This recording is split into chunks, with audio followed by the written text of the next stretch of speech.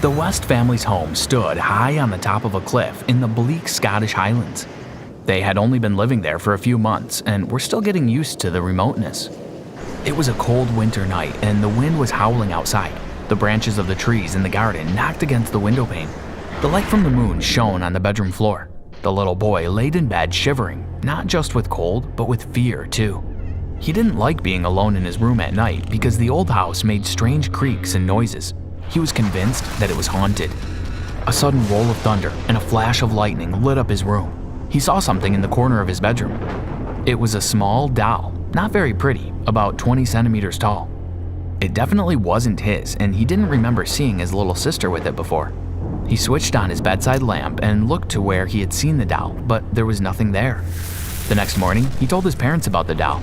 They didn't have any idea what doll he was talking about. His sister didn't have any doll fitting his description. He forgot about the doll for the rest of the day, but when it was time to go to bed that evening, he felt a little bit nervous. His mother reassured him that everything would be fine. He settled into bed and she kissed him goodnight. She had only been out of the room a minute or two when he heard a noise.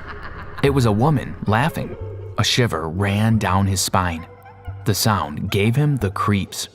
He was scared to open his eyes, but something inside himself forced him to. He let out a whimper as he saw the woman. She was floating slowly through the air towards him.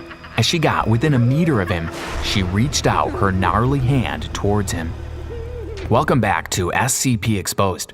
Today we bring you Euclid class subject SCP-136. But before I go on, please be sure to click the subscribe button so you don't miss out on any creepy SCP cases like this one. The Foundation has deemed that there are no extraordinary containment procedures necessary for this subject. It is to be kept in a standard containment room made of concrete and measuring 10 meters by 10 meters by 10 meters.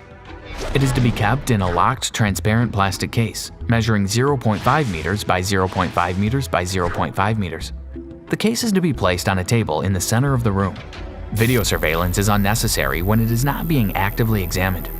As of Incident I-136C, of which an incident report has been filed, only D-Class personnel may enter the SCP-136 containment chamber more than once in any 30-day period without special authorization from one of the Foundation's directors. The Foundation has noted that it has no effect whatsoever on non-humans. It presents two phenomena. SCP-1361 is of variable appearance but generally manifests as a crude clay, wood, metal, or cloth doll, usually identifiable as female and usually between 10 and 30 centimeters in length. The doll appears as male in only approximately 10% of viewings. This first phenomena has no unusual properties that can be measured empirically. Mass spectrometry of samples taken from the doll return typical results for its present material. When the doll is damaged to the extent where it no longer appears human, usually upon removal of the head or all limbs, it vanishes completely and reappears in a new configuration within a 1-meter radius. Testing of complete vaporization is still pending. SCP-136-2 manifests only when SCP-136-1 is viewed for approximately 20 minutes, though, like the first phenomena, it has a somewhat variable form. The first indication of SCP-136-2's presence is a sound of laughter of a gender corresponding to the appearance of the first phenomena. Personnel who hear the laughter report it as sounding creepy or scary. The laughter lasts for an interval of anywhere from 5 seconds to 2 minutes, after which is a period of silence, usually of about 5 minutes.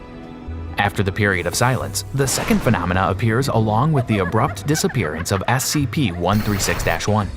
The second phenomena is a nude, not composed of any matter, or a partially nude figure corresponding to the gender of SCP-136-1. It ranges in size from 1.9 to 2.1 meters, is always posed in a provocative manner, and moves through the air at a very slow walking pace, approximately 0.2 meters per second, toward the subject or subjects. If more than one subject is present, each will see the form as moving towards him or herself.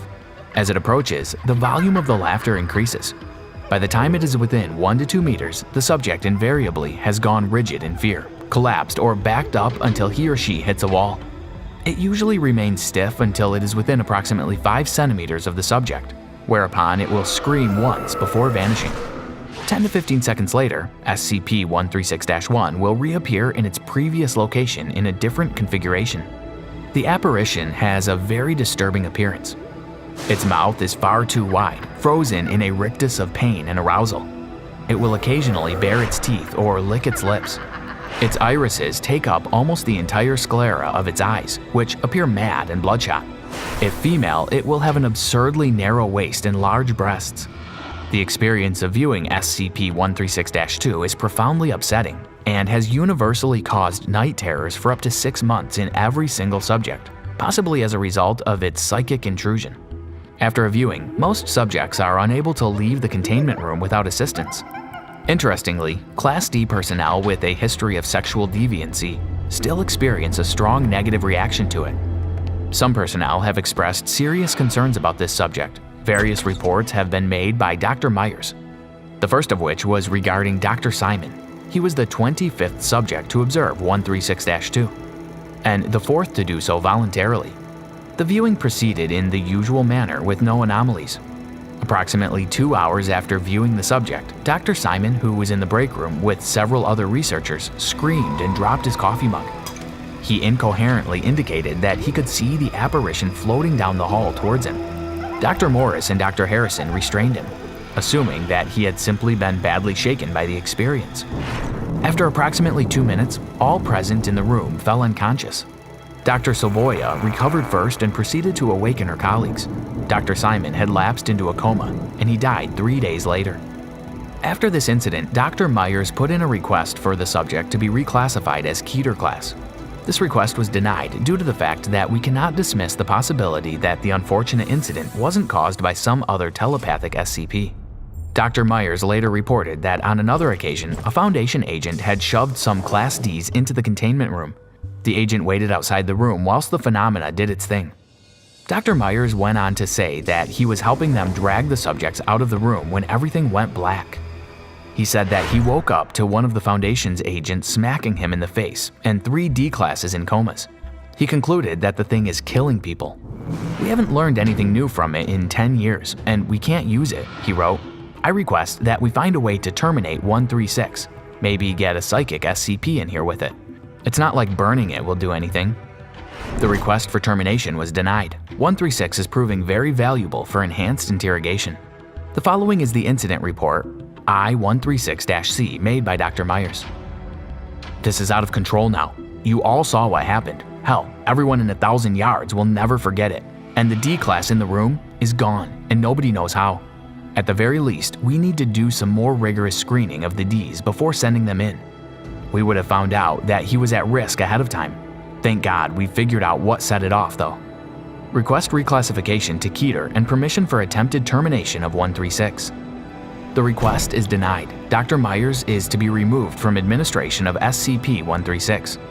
Disposition of 136 is to be given directly to an overseer and one of the Foundation's senior doctors for exclusive use in enhanced interrogation.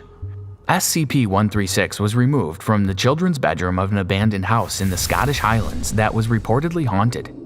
A routine sweep of such reported homes by Foundation personnel discovered SCP-136 when one of the Foundation agents fell from a second-story window screaming. What do you think of that SCP case? Please leave your comments down below. The teenage girl sat alone in the chamber. She had no idea what she was doing there.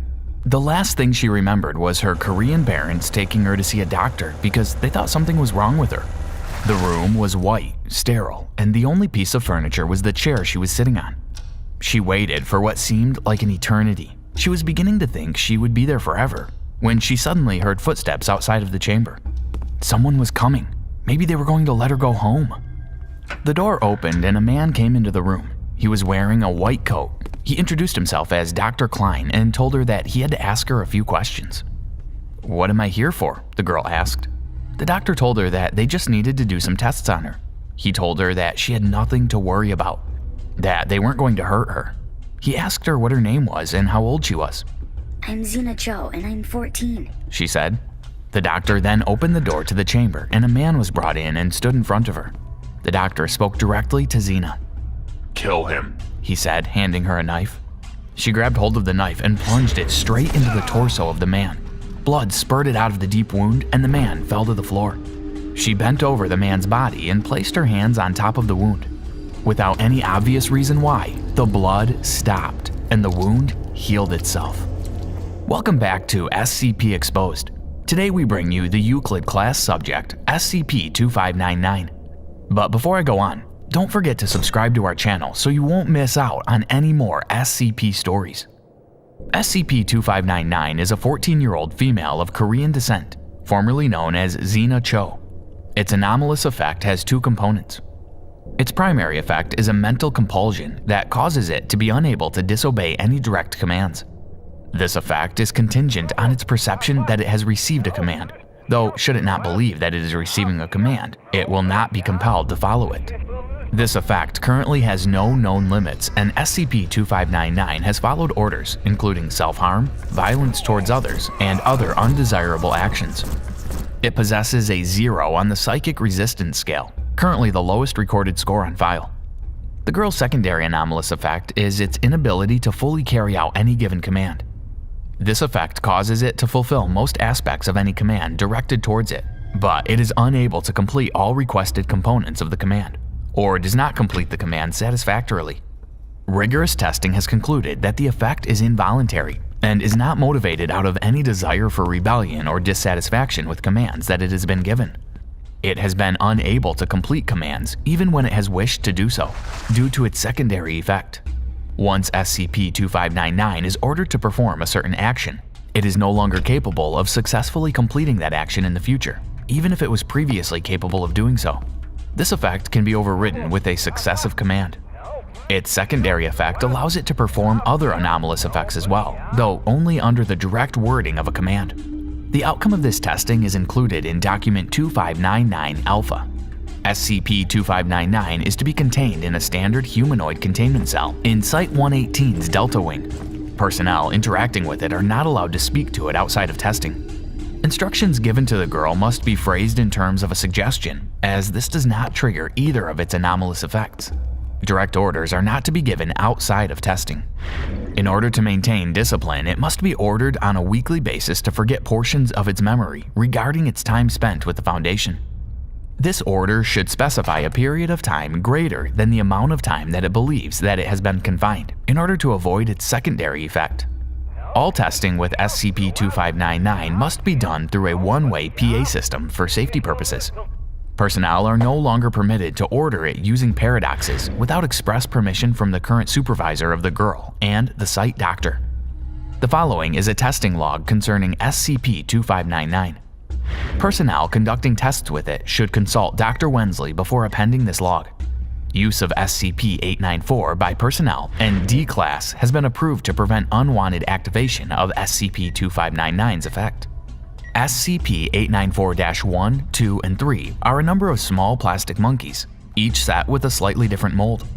The first is molded so that the monkey's hands are covering its mouth, the second is shaped in such a way that the monkey's hands are covering its ears, and the third is shaped in such a way that the monkey's hands are covering its eyes. On the bottom of each copy is stamped, "The Factory." Copies of SCP-894 are easily destroyed, whether through brute strength or applied heat. Testing of SCP-2599 with additional anomalies is approved on a case-by-case basis. SCP-2599 is presented with 3 blocks and is ordered to pick them up. It picks up 2 blocks and is confused as to why it is unable to pick up the third. When asked to pick up the third block, it picks it up halfway before dropping it. The SCP-2599 is handed a United States quarter coin and is ordered to flip the coin so that it only lands on heads. It causes the coin to land on its edge. This repeats itself 24 times before testing is concluded. Evidently, when given a pass or fail type of option, SCP-2599 is incapable of doing anything that would be perceived as failing the command. It will actively attempt to do something that is more correct than failing the command entirely.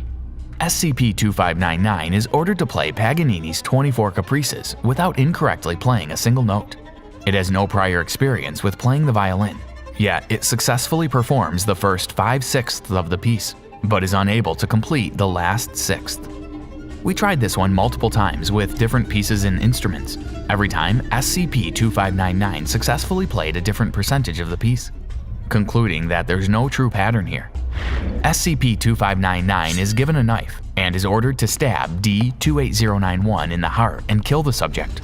It manages to stab the subject in the heart, but does so in a region of necrotic tissue resulting from a prior heart attack in the subject, while simultaneously failing to penetrate the right atrial chamber below the necrotic region.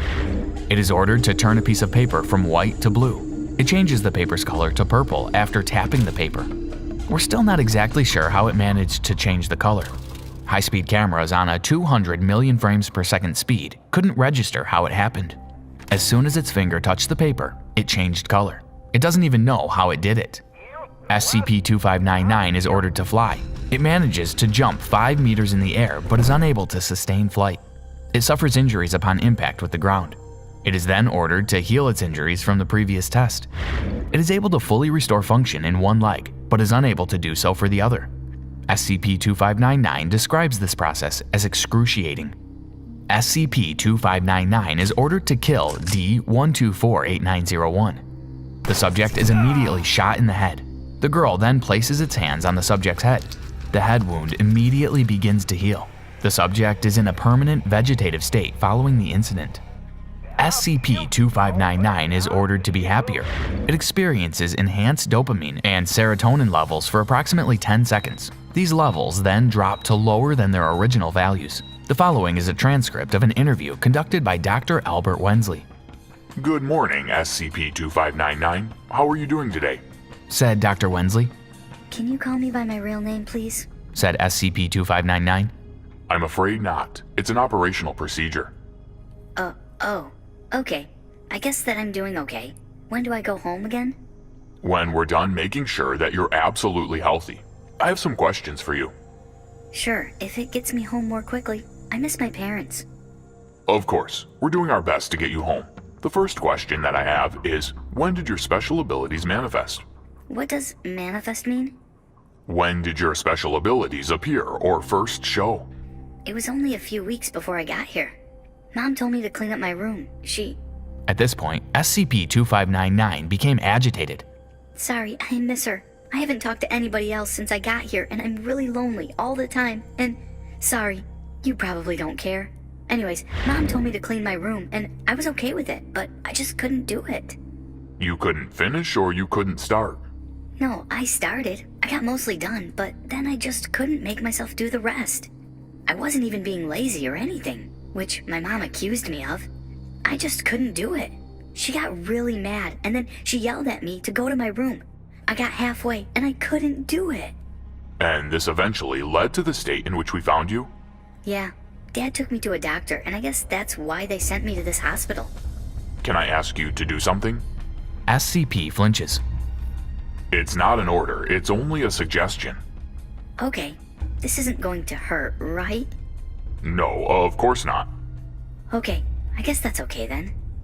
I would enjoy it if you cleaned up and stacked these papers on the table. SCP-2599 stacks all but 2 of the papers on the table. I can't do it. You didn't order me, and I still can't do it.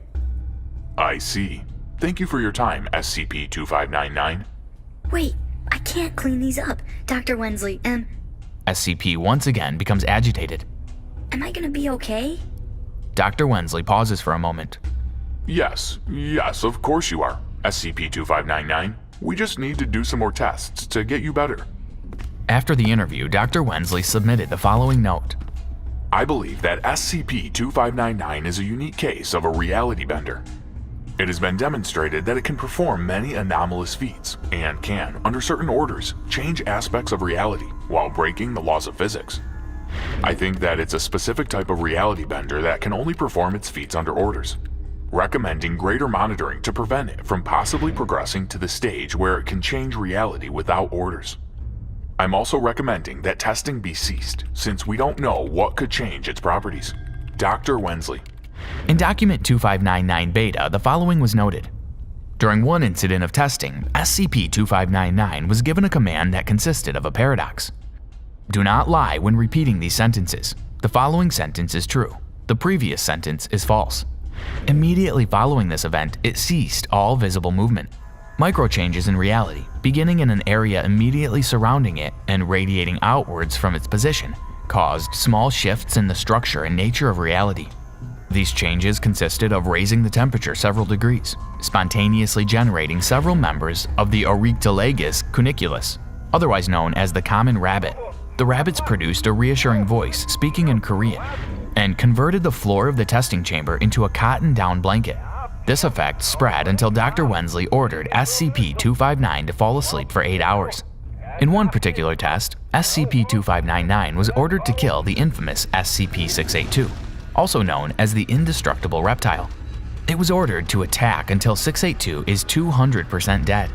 It proceeded to engage 682 in combat and beat it to a pulp.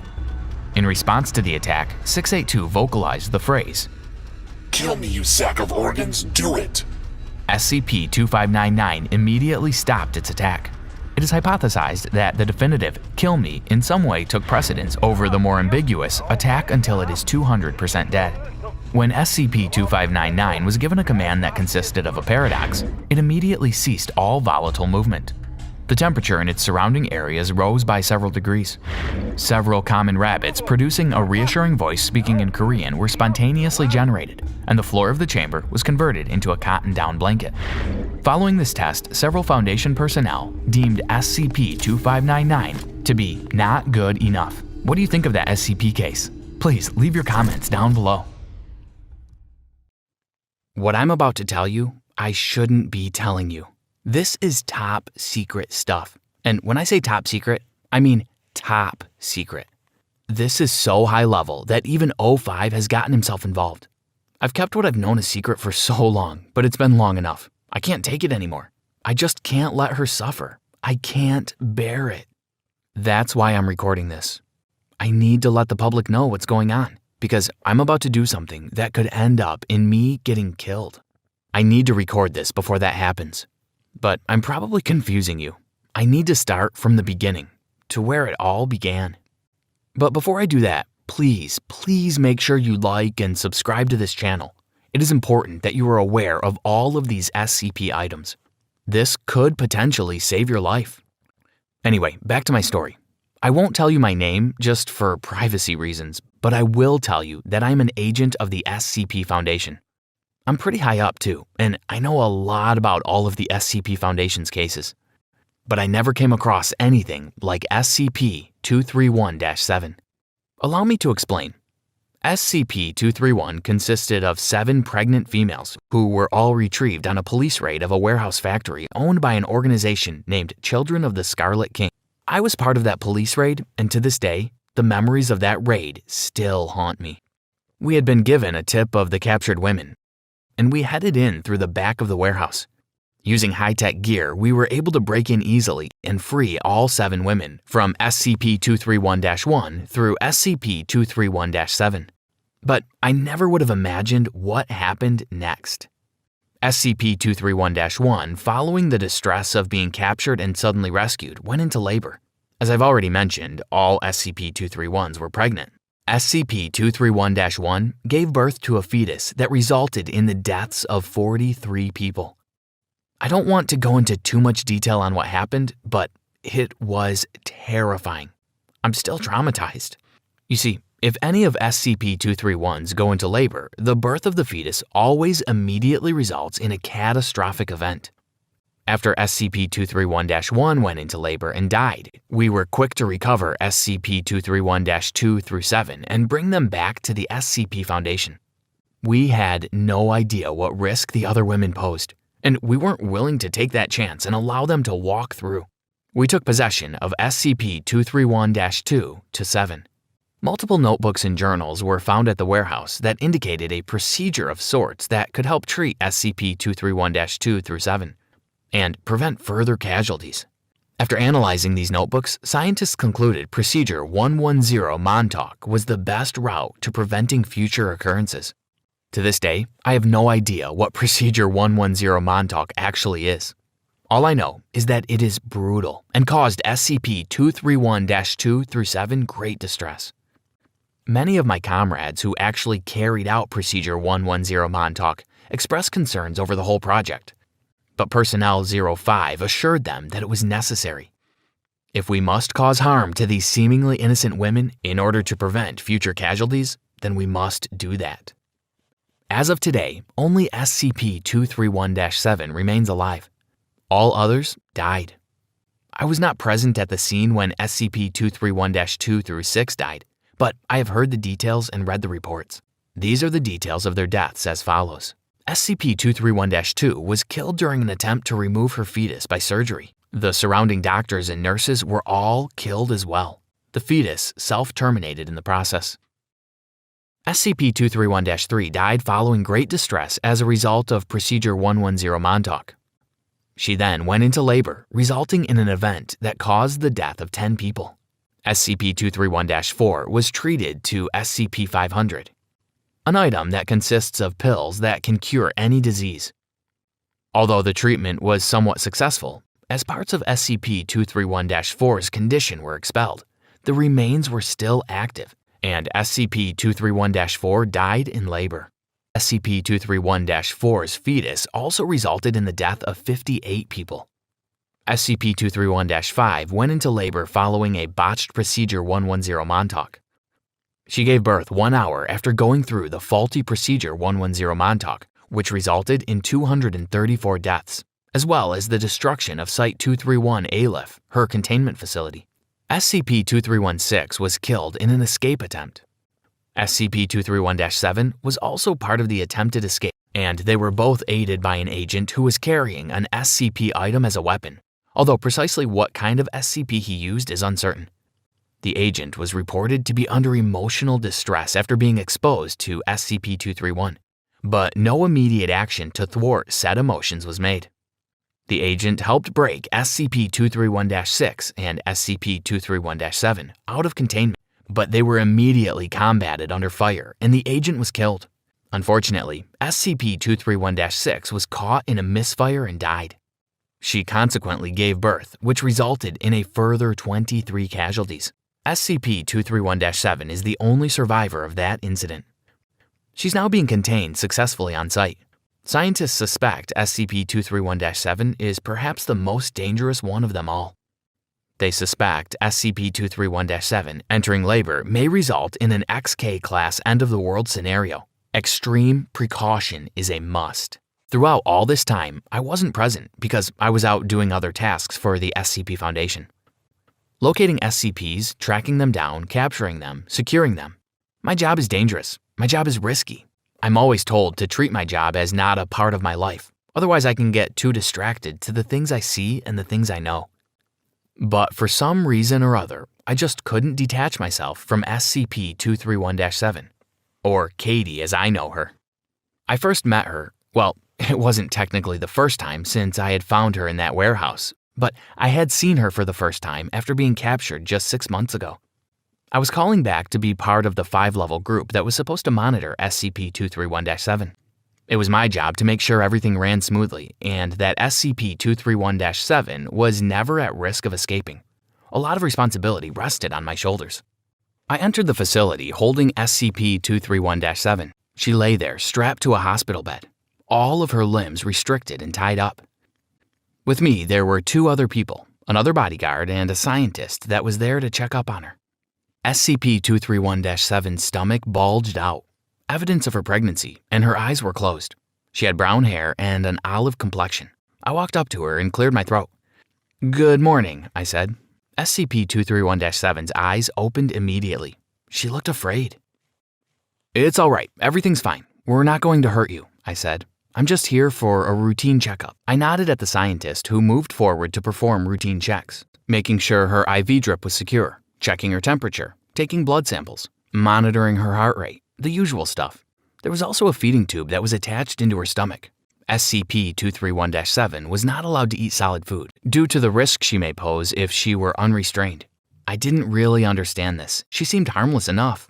But then I remembered the past cases with SCP-231-1 through 6, and I realized it was probably smart to take extra precautions like this. "What's your name?" I asked SCP-231-7. I was surprised at myself. I wasn't usually this friendly with the SCP items, but I guess there was something about this woman that drew me in. She seemed nice. "You shouldn't speak to her," the scientist whispered fiercely at me. "Relax," I said to him. Then I turned to the woman. "What's your name?" "Katie," she said nervously. "What's your name?" she asked me, and that surprised me even more. I wasn't expecting that. Should I tell her my real name or not?